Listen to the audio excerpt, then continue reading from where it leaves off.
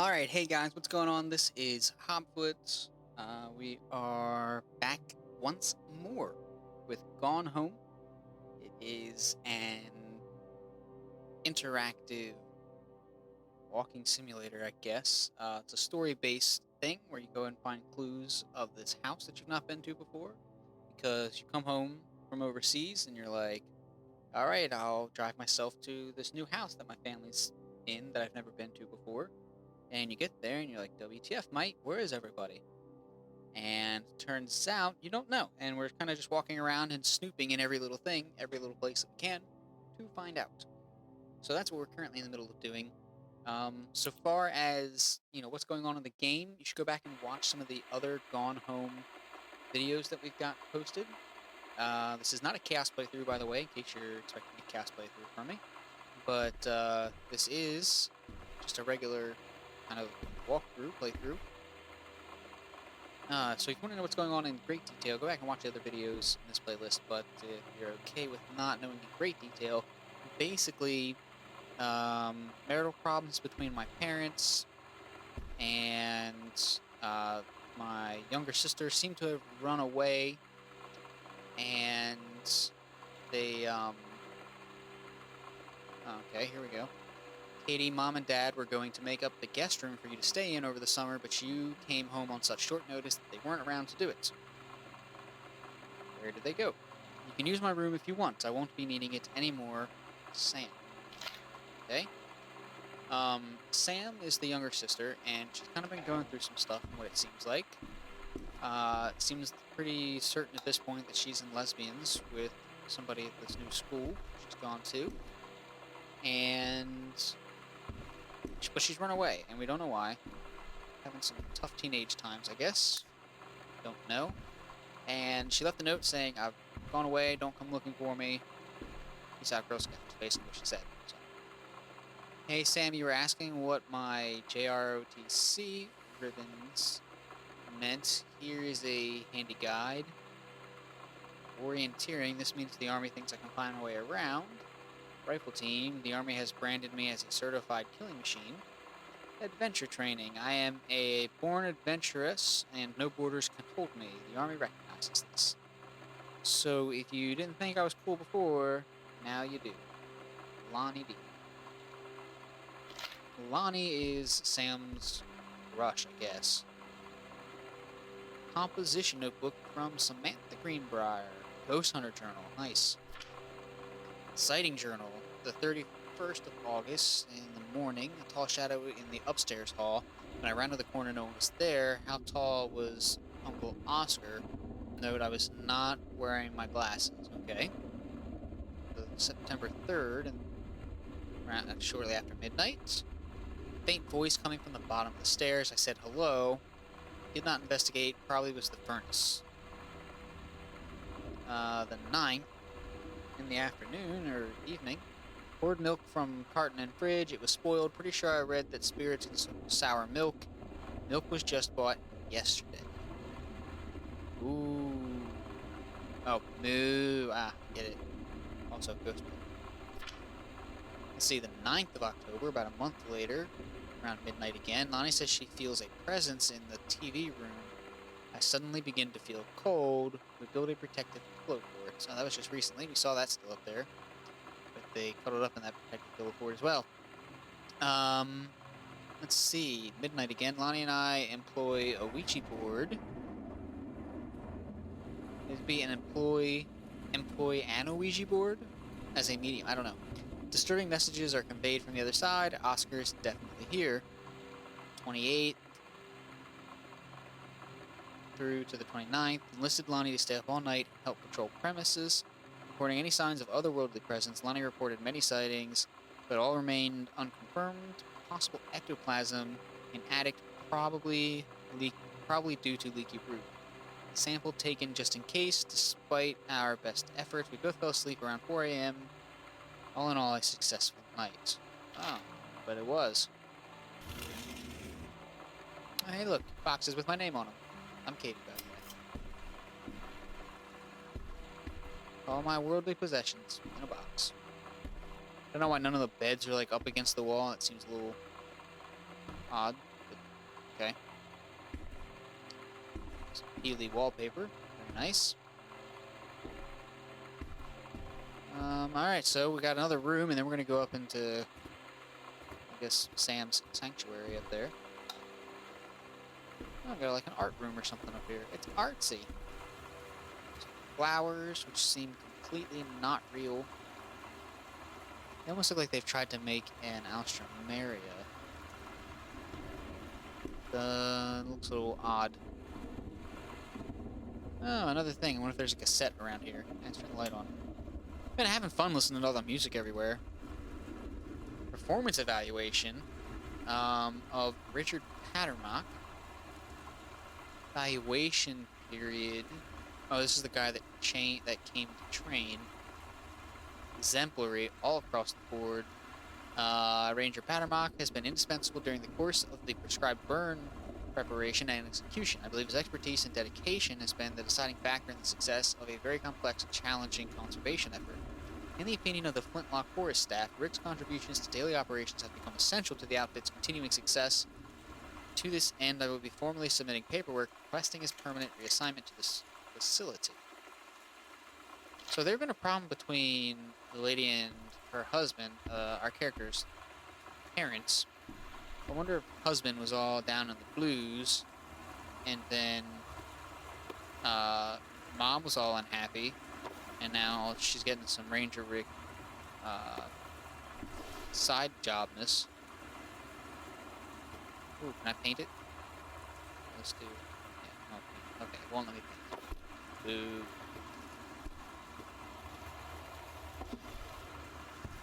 Another note. Halloween show, the Misfits. Don't forget your costume. They're awesome. See you there. Stygian Lounge. Downtown. That's why she wanted to go downtown. Sometimes you just have to lie to mom and dad. Yeah, that's like what that when was. Lonnie asked me to see a band with her and stay over at her friend's place in the city after. That's a lie to mom and dad's situation. But it was so worth it. The girls on stage were just so loud and real and awesome. And everybody was moving together like one huge tide of sound. Between two songs, Lonnie leaned over and said, "How do you like your first show?" I was so happy. I felt tears starting in my eyes. And then she up and hugged me. Oh, I no, think she could didn't. tell. Tell what? Okay. I'm trying to decide whether it's just like overdone voice acting or whether it was never meant to be a nice, or whether it was never meant to be very hidden about the whole relationship between Lonnie and Sam. Ooh, that voice, it's a little shrill. Ah, there's another lamp.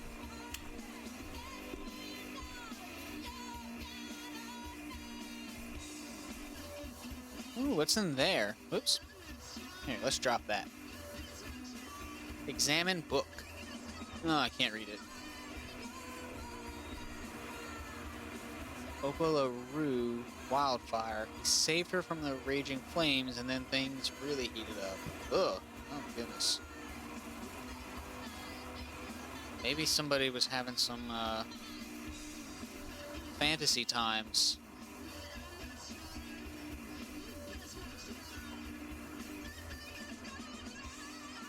Can I move the boxes? Nope, guess not. What is with all the cloth up here? Is this a sewing room? Kinda looks like a sewing table. Healthy choices.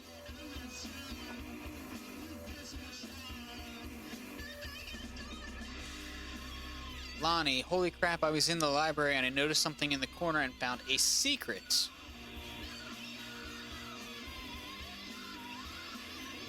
Passage, and it hid Oscar's creepy old stuff in it?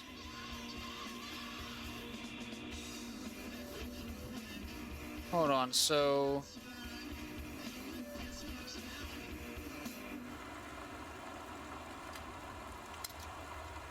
Okay, there's a passage over there. We have to figure out, do we go upstairs or downstairs first? That seems pretty cool. Heavens to Betsy. Or Sam.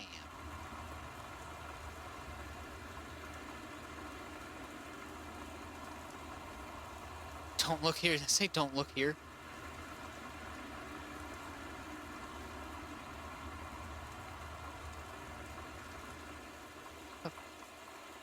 Man, they thought of everything.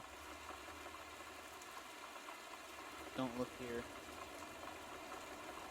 Nothing calculated. Axe body. 2, 3, 6, 8, 9. That's too many for... I'm trying to see if there's anything that would have a combination for her big old locker in it. Guess that'd be too easy. Okay. Well, that's interesting.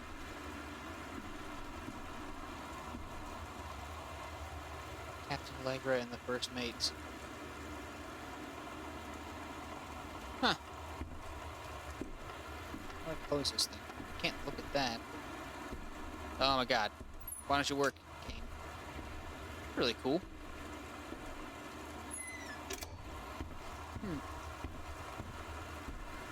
Can't really see out the window.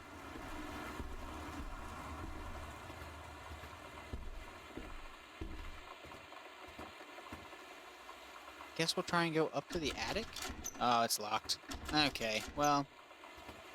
I'm not terribly disappointed by that, because that just means we're going to have to go through the secret passage.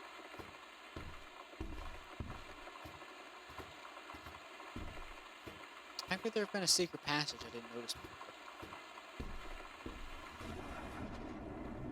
Was it there the whole time? I never noticed? Oh god, this is creepy.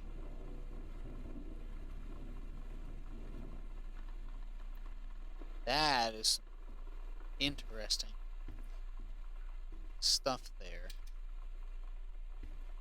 Whoa. Wow, this really is old school. It's got the old patterns. I don't know what to call them. Just patterns, clothing patterns. Huh. Examine map. Ghost Hunters, Sam and Lonnie secret house investigation log. Hidden compartments found 3 of them. Library, upstairs hall, and foyer. No evidence of supernatural. The foyer is a panel.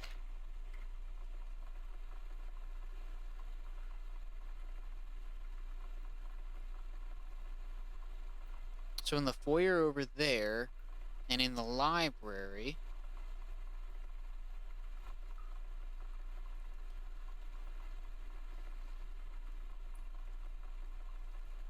Huh. Interesting. A crucifix? Oh, no, no, no, no. Nope. Nope. Don't like that. Do not like that. Don't like it. Don't like it. Put it back. Put it back. Put it back. Turn the light on. Oh, God. Oh, God. Oh, God. Oh, God. Oh, God. Oh, God. Do not like that.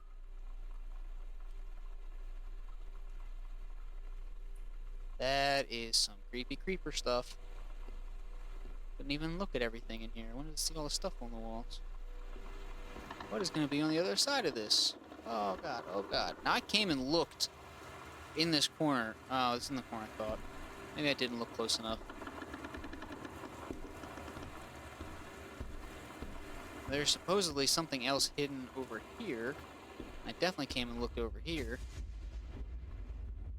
Loose panel. Show flyer. Huh. At Todd's brother's place after the show, there was only a futon to sleep on, so Lonnie and I shared it. Oh, jeez. The lights went out. Oh. I was turned toward her. My eyes started to adjust, and then I could see she was looking at me, too. Yeah, you were. In the dark, she smiled. My heart was beating so fast. I rolled over. I felt so, I don't know, nervous. After a minute, she put her arm around me and was so close and whispered in my ear, "I really like you." I just nodded my head, and I really hope she could tell. I really hope that she meant what I think she did. I felt I'm sure like a she heated did. can of soda ever since. I hope we have the chance to talk before I explode.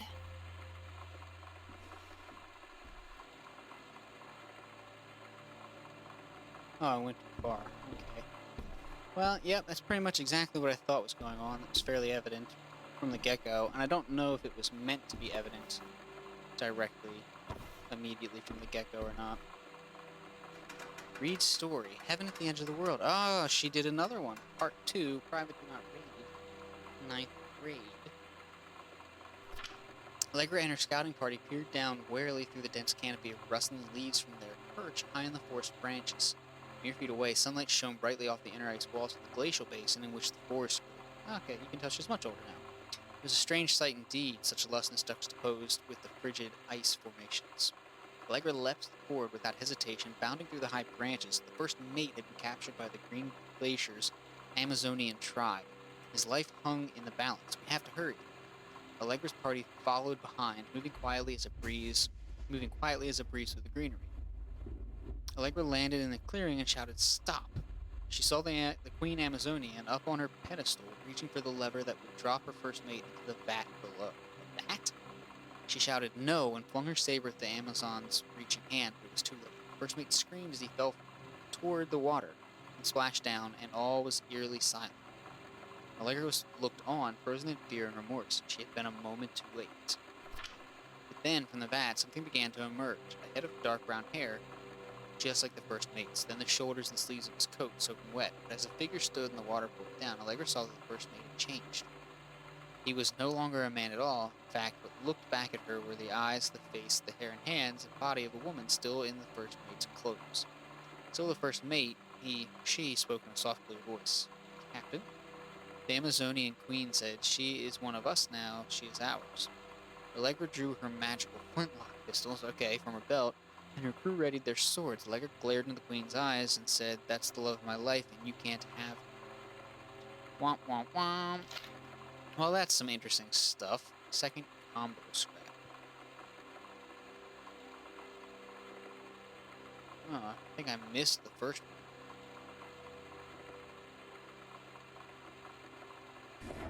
50. Huh. Oops, that's not what I wanted to do. What am I looking for? Nope, not that one. This one.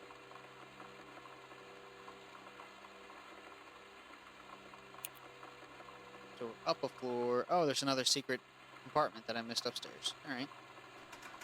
So there's all the journal stuff. We got half of a scrap of a combo paper. It's very interesting, the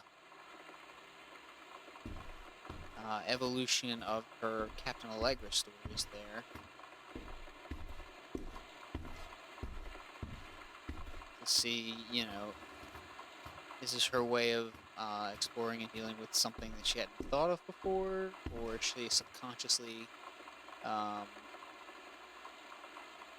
I in the right?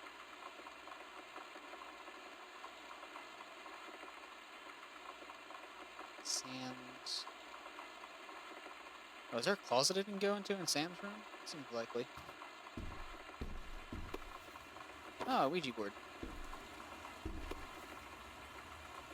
Goodbye. Oh, that's terrifying. Read notes. Hello? Hello. Who are you? Oscar, what do you want? To come back. That's what would be my thing.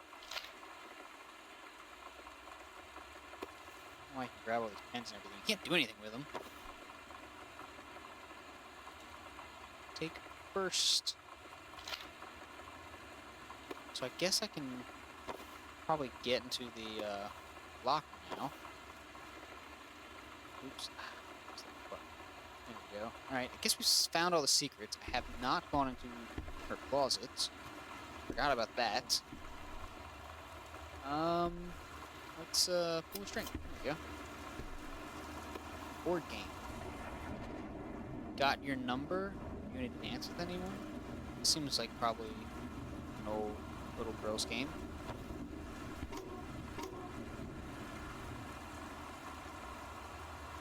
The King's Labyrinth, Chapter 2.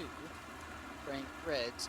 Captain Allegra, still in her flowing skirts and sturdy jerkin, descended the single shining thread into the lower cavern of the labyrinth. She and the first mate, on their own now, grew closer to their goal, the throne room of the dead immortal king of the island. The first mate slid down the line onto the stone floor. She swept chalky foam dust from the front of her canvas trousers and looked up at Allegra. So the first mate is already now a woman. Interesting. The silken thread, nigh unbreakable thanks to the enchanted moths that inhabited the island, trailed behind, leading their way back to the entrance. Further into the labyrinth, a moaning began to echo. Moaning grew louder and clearer. It turned into words from some ancient language they could not understand. The king's cursed voice. The hairs on Captain Allegra's arm stood on end. She looked back at the first mate, whose eyes remained locked on the blackness of the passage for a moment too long before noticing the captain's gaze. The first mate nodded silently ahead. Following the king's ghostly song deeper and deeper into the labyrinth, they came upon a rocky gap spilling forth otherworldly blue light. A great basin of the dead king's throne room lay below, skeletal and rotted robes. The king was hunched over the blue orb, topping his royal scepter. Shadows of his bony fingers danced on the walls like ghouls. As he sang, wailing souls flowed in one by one through the cracks in the cave walls, pulled into the orb, causing it to glow brighter and brighter. Behind the king, a long staircase hewn from rock led down into the chamber from a passage at the top. Allegra said, "We have the advantage in numbers. I will draw his attention, and then you." But the first mate interrupted. "No, I am smaller and quicker, and you know, dealing with mystic energies like these. I will circle to the other side, get the king's attention, and lead him on a merry chase." She held up the silk line, all traced by this invisible thread of hers. Allegra said, It is a good plan, but perhaps we should go together." The first mate shook his head. "You know this is our best chance. Don't be afraid." They grasped hands and exchanged 3 tight squeezes, their palms growing warm. The first mate tied the shining thread to the belt of the trousers, gave a quick salute and a wink, and dashed off.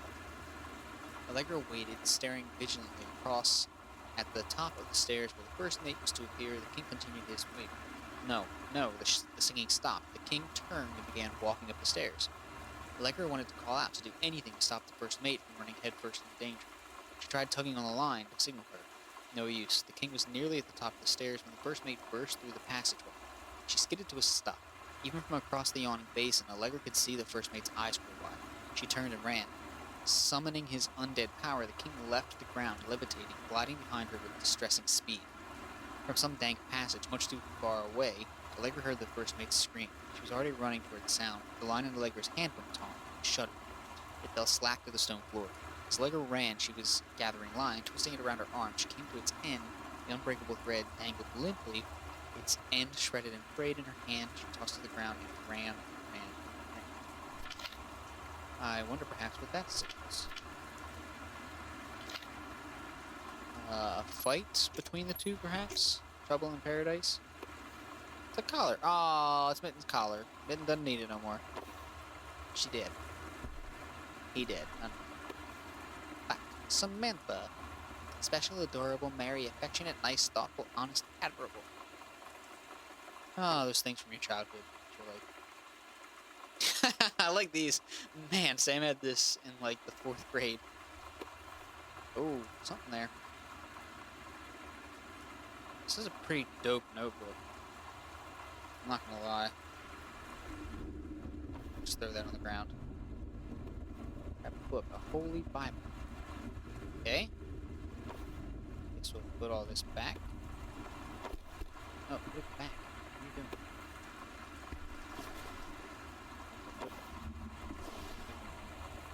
Anything behind the door? Any hidden things in the walls anywhere? It's not here, so.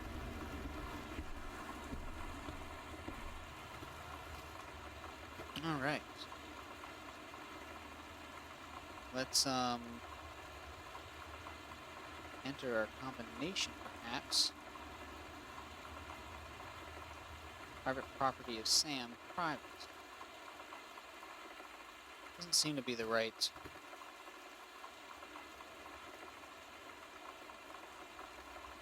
number. How's this spinning lock work?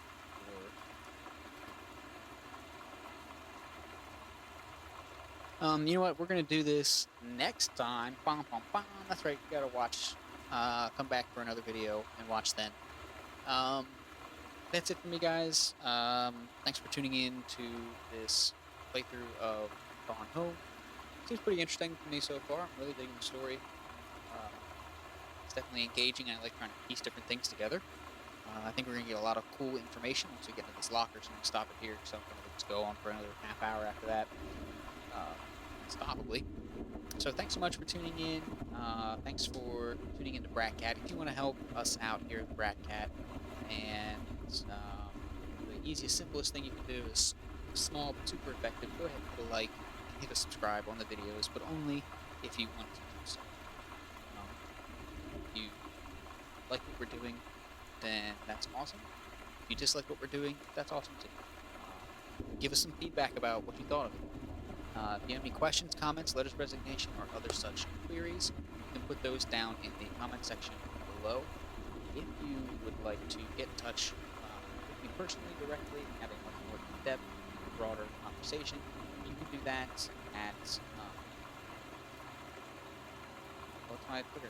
Oh, at HobFoote, HobFoote, at Twitter, at HobFoote. And oops, I forgot that that's tied to my view, the mouse. Yeah, anyway, that's it for me, guys. Thanks so much for tuning in. Until next time, whatever that might be. Peace out, guys.